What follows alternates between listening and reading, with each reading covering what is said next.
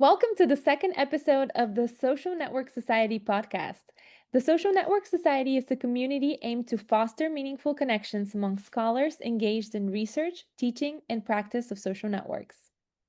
In this podcast series, we'll spotlight recently published peer-reviewed articles and uncover more about the fascinating world of social networks through the lens of the authors.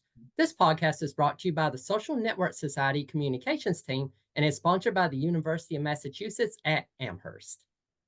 Your hosts today are Tomova Shakur, Assistant Professor in the Management and Leadership Department at Texas Christian University, and Jason Reckes-Ross, Assistant Professor of Management at Western Carolina University. Today, we discuss a recently published paper in the American Journal of Sociology titled Locally Ensconced and Globally Integrated: How Positions in Network Structure Relate to a Language-Based Model of Organizational Identification. We review the groundbreaking work that demonstrates identifying with an organization isn't just about individual differences and properties of an organization, but includes an individual's position within the network. The authors utilized language learning models to examine millions of employee emails and find that more cohesive networks promote identifying with an organization, and contrary to expectations, having contacts across a broad range of groups within a network also promotes identity. We're so thrilled to speak with two of the authors of the paper, Dr. Amir Srivastava, a professor at the University of California, Berkeley, and Sarayu Anshuman, who will start her PhD journey at UC Berkeley this fall. Thank you so much for agreeing to be our guests. We're so excited to chat with you today. What a pleasure to be here. Thank you so much for inviting us. Thank you so much for having us.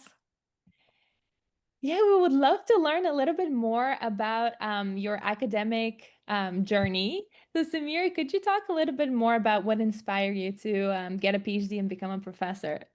Yeah, so I was an undergraduate economics major, and I wrote an undergraduate thesis, a game theory thesis, which I really enjoyed writing, and I thought I might want to do a PhD in economics. But I decided I wanted to actually see how real managers and real companies make decisions as opposed to how they ought to make decisions in a mathematical model. And so I decided to go work for a little bit to just get a better intuition for that. That little bit turned out to be about 14 years.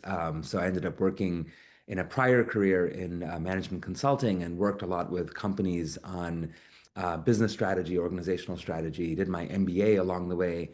But I had this itch to get back to some of those more foundational questions and just realized that I couldn't really pursue those questions in industry in the same way that I could in academia.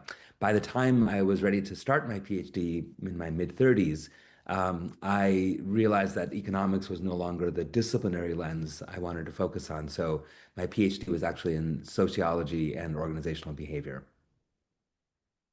That's very interesting. And Sarayu, what inspired you to want to get a PhD? And you're starting this fall. Right? Yes, I'll be starting this fall at the macro OB group at Berkeley. A couple of years back, I finished my master's in computer science from Purdue University. And it was really during my master's that I got an opportunity to explore different research areas, especially the applications of machine learning in different domains. And one of the first projects I had started working on was how biases can seep into machine learning models and result in incorrect predictions. And the setting that I chosen for this term project was recruitment in a firm. So essentially, how automated hiring models can sometimes result in incorrect predictions. So this project introduced me to HR and OB, and throughout my master's, I continued to explore these fields a little bit. And then finally, I applied to labs for summer internships, and then I heard back from the computational culture lab. I heard back from Samir, and then started on a few projects. And then I think a couple of months into these projects, I figured out that this is the area I want to pursue a PhD in. Yeah, Sarayu is one of the rare PhD students who's starting her PhD with a published paper under her belt. So I guess for both of you, how did you get into social networks research? Samir, if you would like to start with that. Yeah, so as I mentioned, my disciplinary kind of perspective at the time I started thinking about organizations was an economic perspective. So a very much an individualistic view of how decisions get made, how organizations take action, and so on. But I think it was really the experience of working in, quote, the real world and seeing how decisions get made in organizations, how social influence happens. And the more I thought about it, the more I realized that really I needed to understand and develop some tools around social networks to really make better sense of the things I'd been observing. And then, as I mentioned, as I looked into it, I realized that really the sociological perspective on networks was a much more theoretically rich perspective than was the economic one, and that's part of why I made the choice I did. So I think for me, I kind of accidentally got into social networks. It just so happened that I started working on these projects. But even when I look back during my master's, whether I was a graduate teaching assistant for the undergraduate data structures course in computer science, or even during my graduate algorithms courses, I was always drawn to topics like graphs and trees.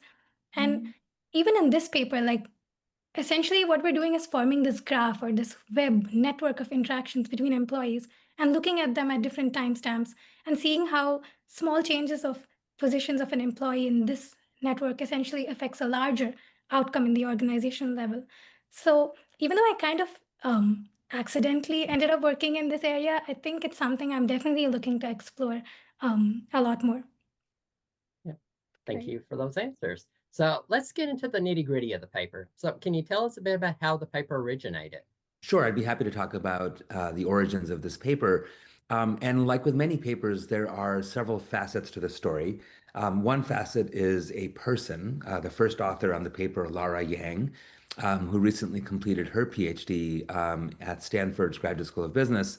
And her research interests were very much at the intersection of psychology and sociology, really thinking about how the social processes and the uh, contextual environment that people find themselves in can shape their individual dispositions and their attitudes and their beliefs. And so that was one part of this was a really inspiration coming from Lara's thinking about these topics. But a second origin for this paper really comes from what's happening around us. So this paper really came together in the post-COVID time when a lot of people were really starting to rethink their relationship with their employers.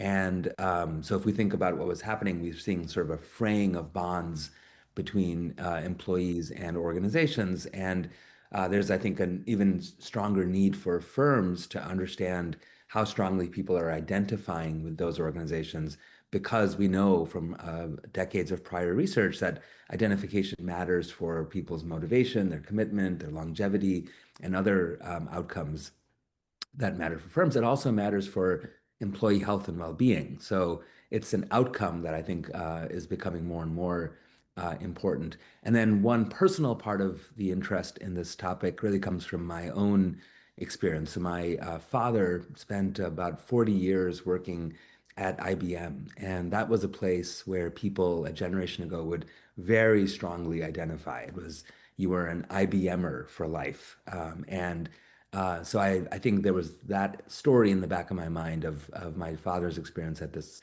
organization and thinking about today's world where you have far fewer people who identify quite as strongly as they used to with their employers. That's so interesting and fascinating. Thanks for sharing. We were interested to know a little bit more about the data collection process, and particularly you managed to collect data from not one but three organizations. And we chatted a little bit more about that before we hit record. But it's really hard to get data from organizations nowadays. If you could speak a little bit more to the process, did you contact the organizations or did they contact you? If the former, did you get a lot of no's? Yeah. Yeah. So I've been working with data from organizations from the very first year of my PhD. My very first published paper is based on data I collected my first year in the PhD program. And it was data from a former client. As I mentioned, I used to work in management consulting. I really wish that I had a toll-free number that firms could call to share data with me. But unfortunately, they are never calling me. It's me seeking them out. And to your last question, I can't count the number of no's I've received relative to the number of yeses. But I've made a lot of asks over the years. And even though the conversion rate is low, our lab has managed to collect data from, a dozen or more organizations over the years. And so these were data that we had previously collected for other projects. And as we thought about this particular project, we thought, we have data from now 3 different places that we can use to answer the set of questions. And whereas a lot of organizational network analysis focuses on just one organization, here we have a chance to really think about something that's a little bit more generalizable. I'm going to be careful not to suggest that the findings will apply everywhere, but we can feel a little bit more confident that this is not a quirk of one particular setting because we see a very consistent pattern across 3 places. Let me also speak a little bit about the sensitive nature of the data. You're absolutely right that internal communications data from any organization are highly sensitive. And we have, over the years, developed a set of protocols for working with these data that both pass the IRB set of requirements, but also pass company legal screens.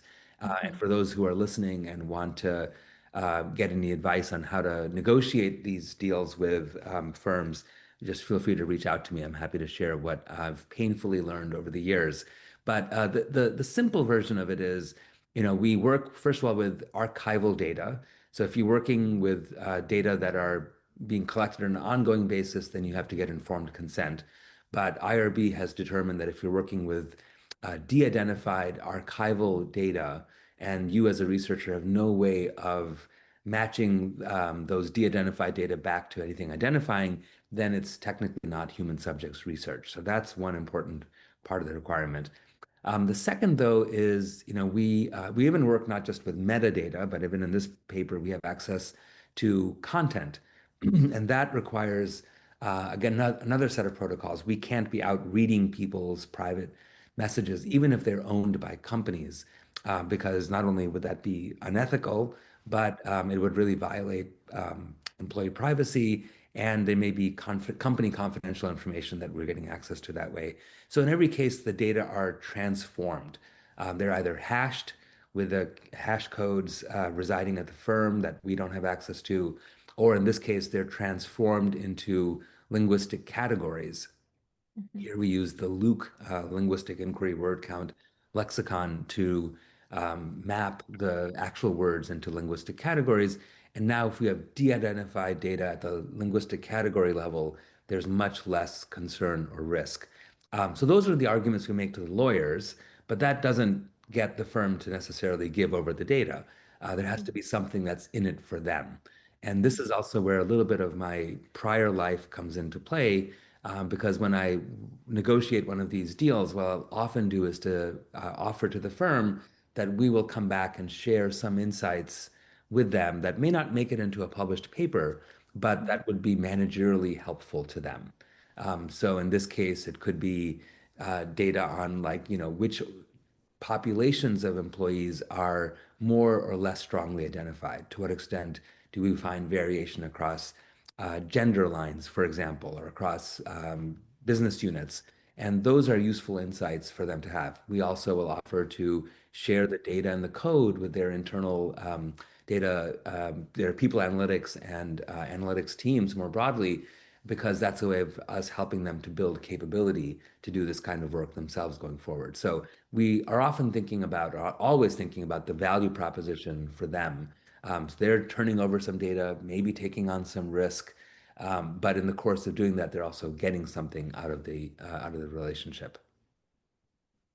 Yeah, it's a very strenuous process, and I wonder, was there any data that you wanted to collect, but you weren't able to?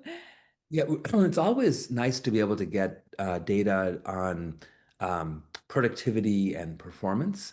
So we have, in some cases, performance ratings. In one organization, we were able to get sales productivity data, but we didn't really use it for this setting. So I think getting good quality performance data is one of the most important things that's hard to get. And in this case, we got data from email servers, which is great. there are other communication sources. At the time, the data were collected from these organizations. Email was the dominant mode of communication. But if we think about today's world, you increasingly would want to have access to text messages, Slack communications, Zoom, and so on, because communication is happening across multiple modalities. Here, we really just see one slice of it, and that's a limitation of this paper. Right. That's very interesting. And out of curiosity, the three organizations that you sampled, did you cold call them or did you have connections already? Let's see, I'm trying to remember. One of them was an organization that I did some executive education training for. And so it came about that way. One of them actually did call me. And that was because they were having a problem as it relates to social belonging in the workplace. And they had tried a bunch of things, interventions, training programs, and they just were not moving the needle. So they wanted to think about it at a deeper level, and they had in the past collaborated with academics, and someone on their board knew me, and so that's how those data came. And the third one, actually, that now that I may have to take back what I said about did they call me or did I call them? I think the third one they also had heard about some of the research, and somebody had reached out from that organization. But across all the data sets, it's much more common that we've done the reaching out than the other way around. It can be sometimes, if I read an article about a firm that's doing something interesting, I might reach out to them. Another vehicle that we have now at Berkeley for getting access to firms is the Berkeley Center for Workplace Culture and Innovation, which I co-direct. And we run an annual conference. We have corporate sponsors and partners, and those organizations are often ones that are looking to engage with researchers, and our conference is a place for them to do that. So anyone who's listening who has a paper that's broadly on the topic of culture, please submit it to our annual conference. Please consider coming. We do it every January on the Berkeley campus, which is a nice time of year to be in Berkeley. Thanks for sharing. That sounds like a great opportunity. Definitely. So I guess let's learn a little bit about maybe the individual employees. So were these employees generally more siloed in the organization? Did they do a lot of cross-functional work? Could you tell us a little bit about that?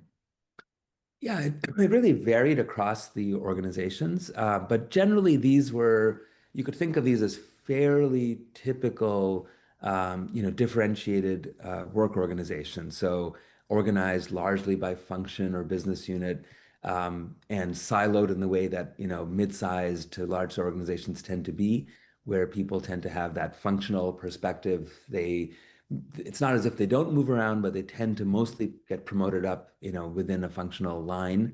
A few of them are moving around, developing more general management skills. But I would say the career mobility paths in these three organizations would be fairly typical. Nothing that was quite, very unusual here. Okay. Thanks. So I guess one of the things I noticed is these were mainly mid-sized or more larger organizations. I guess, do you think that these findings would hold for a little bit of smaller organizations where maybe not everyone is connected, but for example, they have like limited resources and there may be some competition to try to obtain those resources within the organization? Yeah, so I'm speculating here because we don't have the data from a smaller organization. But my speculation is that the second mechanism that we see operating here, which is this global reach mechanism, may either be muted or may not be operative in a smaller organization. So the mechanism, just to remind anyone who hasn't scanned the paper, is that if you have a network that spans the different network communities that exist, so in this case, we used a community detection algorithm to identify those communities, and then we're looking for a global reach as measured by the spread of your network across those communities, as opposed to your network being really siloed within one community. The idea there being that if you have a broader network with greater range across those communities, you have a better sense of what's going on, what's happening around the organization. That helps you feel better connected or integrated into what's broadly happening, and that can be a pathway toward identification. In a small organization, my suspicion is that people already know, everyone kind of knows what the core things are that are going on below some threshold of size. And so that mechanism may not be operative. That'd be my best guess. I would expect the cohesion mechanism, the first one, to still be operative, because I think we know that that mechanism tends to hold in any social group of moderate size even. Okay, thank you for answering that. So I was curious if you all think maybe a possibility of reverse causality. For example, like people already strongly identify with the organization, so they're the ones that's being promoted into advantageous network positions. If you might could address that a little bit. Yeah, Sarayu, do you want to take this one? Sure. So I think we definitely found a relationship between network cohesion, network range, our main network constructs, with organizational identification. We did find that these positively impact organizational identification. However, we recognize that our estimates are not causal. So there is the possibility that individuals who do already identify strongly with the organization end up being in positions where they have strong local cohesion, as well as a wide range of connections. So let me just add to what Sarayu said. She's absolutely right that that robustness check was one way of trying to address reverse causality, though we absolutely cannot rule it out. But the idea there is that if someone gets promoted to becoming a manager for the first time, we might see a shift in their network. So, for example, all of a sudden they might have global range that they didn't have before because they're collaborating with different departments in ways that they didn't have to before. And by virtue of being promoted, they may feel more identified. So that would be an alternative mechanism that would lead them to be identified, which happens to also produce an increase in global reach.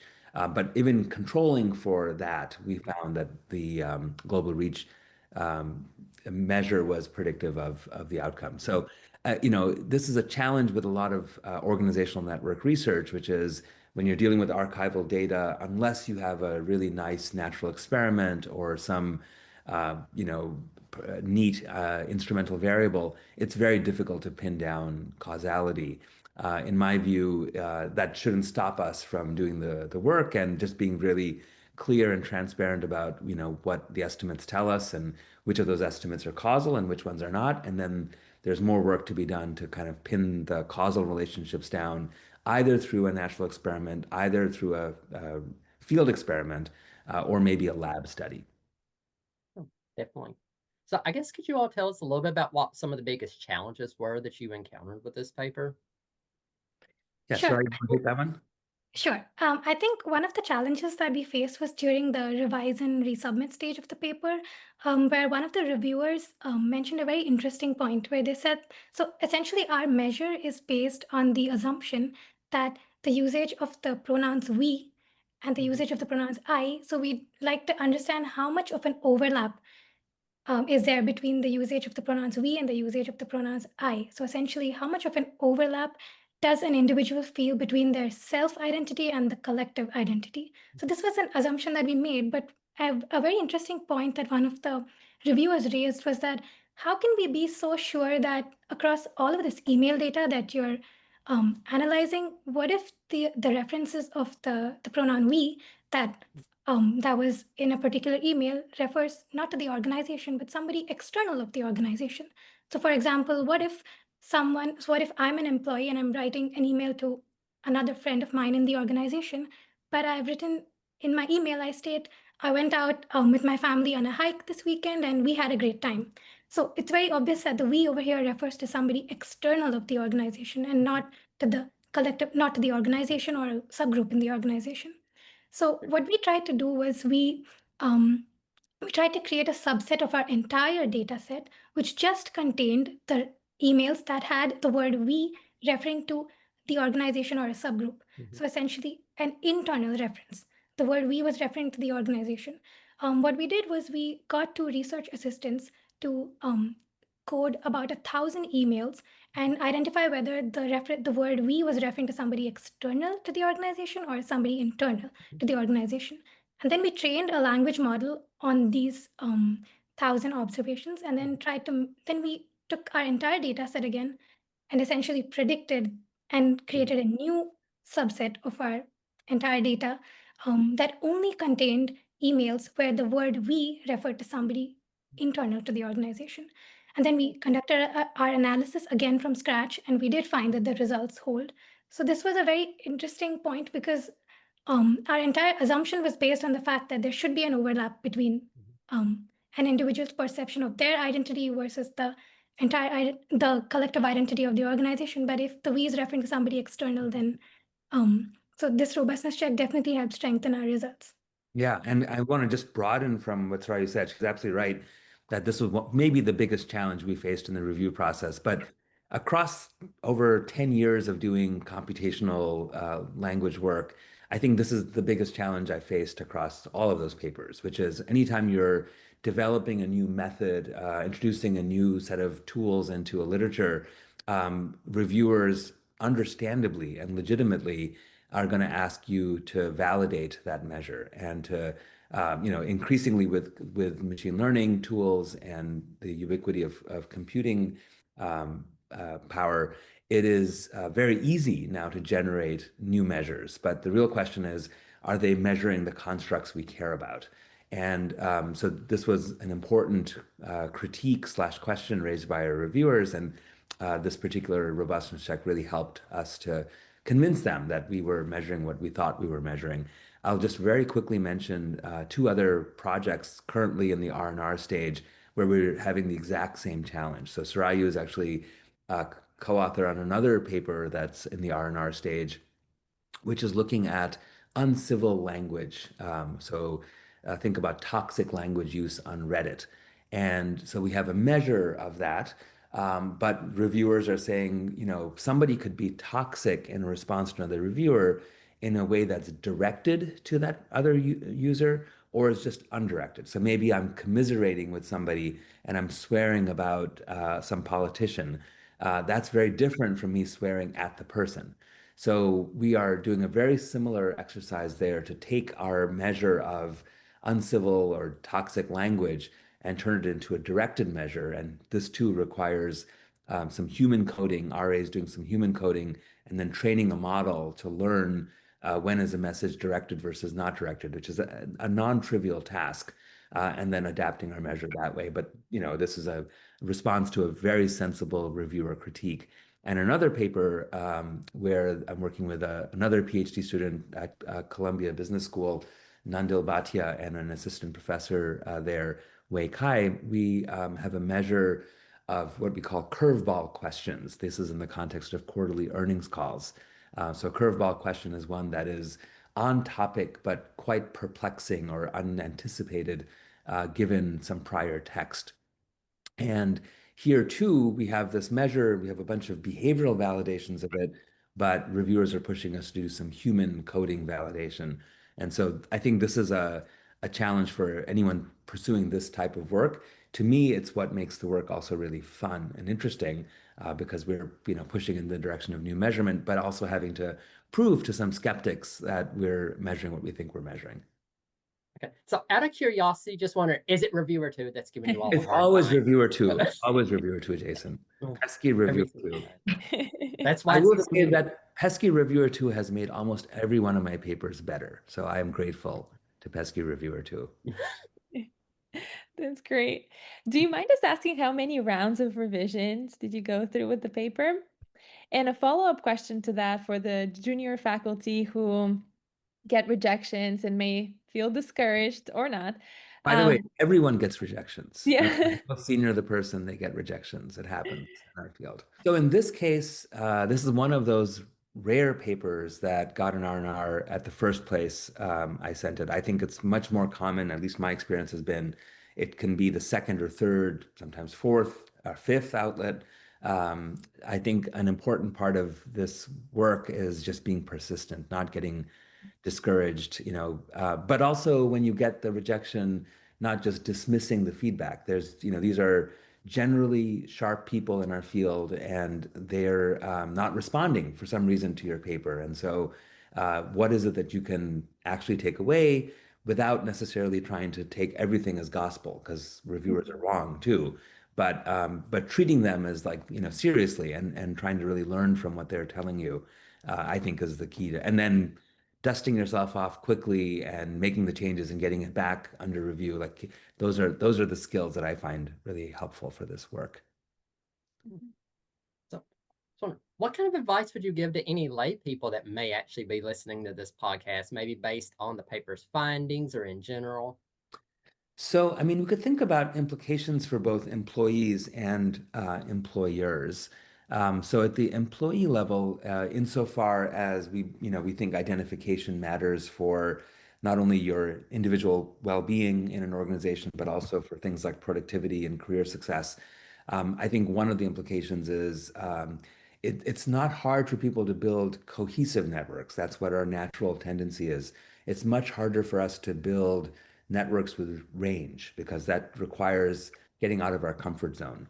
And so I think one implication for employees is, especially if you think about your network or actually get some data on it and you find that it's very siloed, where siloed need not be just within your department, but again, we're measuring this at the network community level. So you're really ensconced in one community. That might be something that's limiting your ability to feel identified with the organization. And so that's yet another reason why it may be beneficial to break out from your really embedded world and get some reach. Similarly, for employers, if you believe that this the findings and you believe that identification relates to productivity, I think one implication is how do you help employees more systematically break out? We have another project that I won't go into much detail about, but it's a randomized controlled trial where we systematically expose people to different kinds of peers in the organization, and through that help them rewire their networks in different ways. One of those interventions is exactly about broadening people's global reach. And what we see from that intervention is even though only about a quarter of the people in the organization are treated with this intervention, the overall network begins to shift in this organization. This is a paper with Matthew Yaton at HEC Paris and Paul Green at UT Austin and Grace Cormier at HBS and Lara Yang on this one as well. So that's one implication. And the other one I'd say for employers is employers do lots and lots of surveying of employees. Most employees feel over-surveyed. Response rates are declining. And I think this paper points to the value of bringing survey data together with digital trace data. This is a theme in a few of my more recent papers, but we can develop models that predict survey responses based on people's digital behaviors. And insofar as you can find reliable signal and stable signal of that, it opens the possibility of running surveys much, much less frequently and then using the digital trace data to infer people's shifting attitudes and beliefs without having to survey them all the time. I think this concludes the questions that we had prepared for you. Is there anything that you two want to share with us? Anything that we didn't ask about? Yeah, no, I think you guys had a really great and comprehensive list of questions. This was a really fun conversation. Thank you for inviting us to take part. It was very fun for us too, and we learned a lot. Thank you so much. Thank you so Take much. care. Thanks. Thank you for listening. We had a lot of fun talking to Samir and Sarayu about their recently published paper with Lara Yang and Amir Goldberg. We hope you enjoyed the behind the scenes of this paper. Stay tuned for more episodes coming out soon.